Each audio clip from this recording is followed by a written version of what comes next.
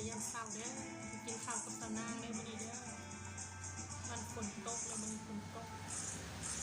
ไปตลาดจะทำฝนมากินข้าวกันเด้ออาหารข้าวตะนางนี่ต้มน้ำไม้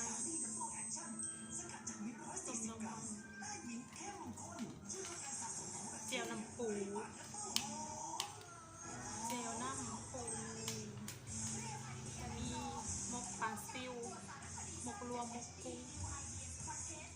จะเรียกเสียบๆพี่น้องไม่ได้กินน้ำกันน่ากินคนเดียวเนาะเพราะว่าหัวสนางเราไม่ได้กินนะเราประกาศของกองน้ำสนางเราอยากกินน้ำกันนะพี่น้องเสียบ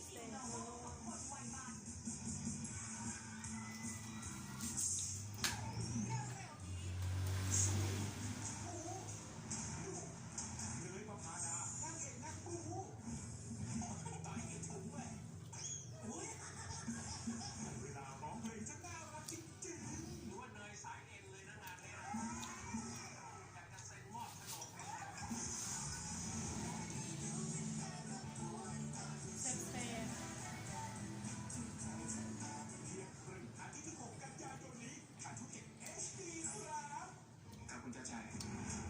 เมื่อคืนฉันเห็นนายประเด็นกับคุณชัดชัยคุยโทรศัพท์กันฉันว่าเขาสองคนต้องติดต่อกันแน่คนแบบนี้ต้องจับ จะ ได้ นั่งซื้อมาแต่บ้านต้มไปแต่มือบ้าน พี่จะชวนคุณปารามิตามาด้วยทำไมไม่บอกเราผมจะได้เตรียมฉลองไงในฐานะที่เราได้ร่วมงานกันน่ะคุณมันเร็วนามิตา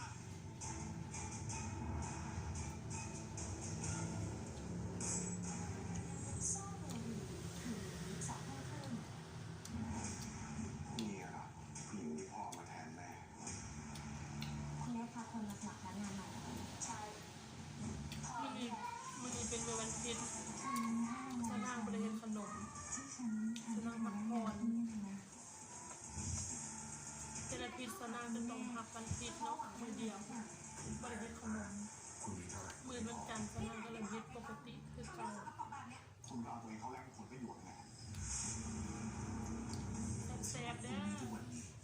เพราะพวกคุณแย่งทุกสิ่ง ต้มน้ำมันกับเจียวน้ำปูผมต้องกลับไปทุกคืนน้ำปูเอามาจากบ้านคนใดพี่น้องมาจากโรงน้ำผ้าได้มาขายฟ้ามีตะวันเร็วๆนี้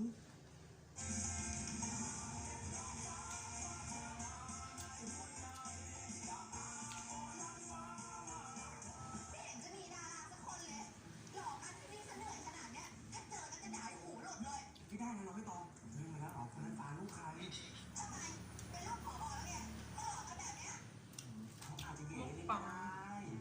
เข้มวันนี้พี่เข้มเป็นแบบพี่เข้มเนี่ยพูดจาขาดหูนั่นแหละข้าวมาหรือมากันหรอลูกปลาจะน้องไม่ตองพี่แค่อยากน้องไม่ตองใจเย็นๆ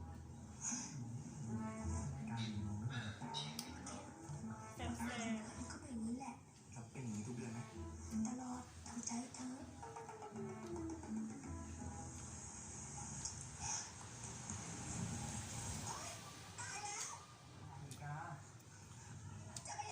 กินคนเดียวก็แซ่บคือเก่านะพี่น้อง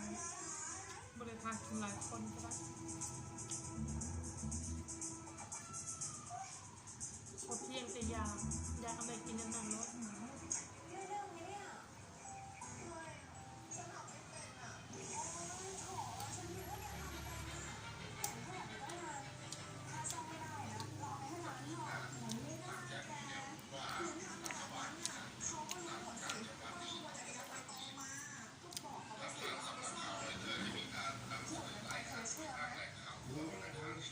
ลองบอกก่อนสิครับ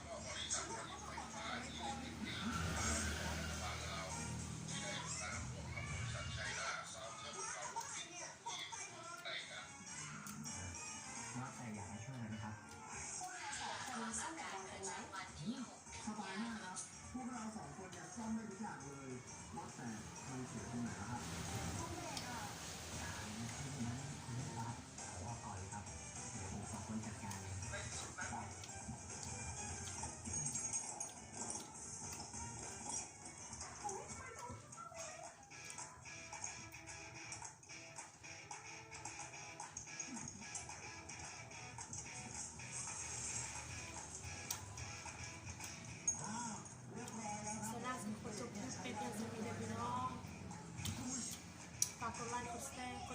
ช่องสนางเลยเด้อฝากช่องเลยเด้อสนางทักแตกเด้อ